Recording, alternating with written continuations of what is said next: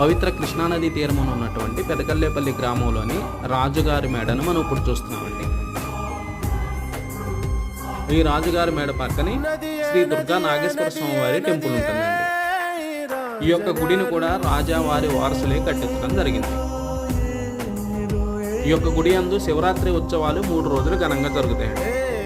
ఆ యొక్క ఉత్సవాల యందు ఏనుగు అంబారి మరియు దేవుని ఊరేగింపు ఉంటుంది. ఆ ఊరేగింపులో రాజావారు పాల్గొనడం ఆనవాయితీ.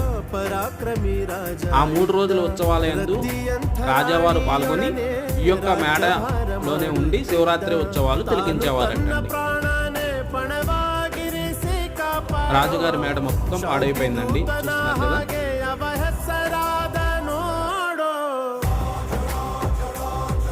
పక్కనే శ్రీ దుర్గా నాగేశ్వర స్వామివారి టెంపుల్ అండి, చల్లపల్లి రాజా